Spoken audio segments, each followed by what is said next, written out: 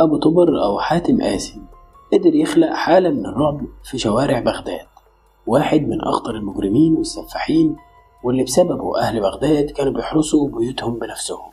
كتلة من الأمراض النفسية وعقل إجرامي ملوش مثيل. أهلا وسهلا بيكم في الأرشيف، أنا أحمد علاء ودي هتكون قصتنا النهاردة. ما تنسوش الاشتراك في القناة وتفعيل زر الجرس والإعجاب بالفيديو.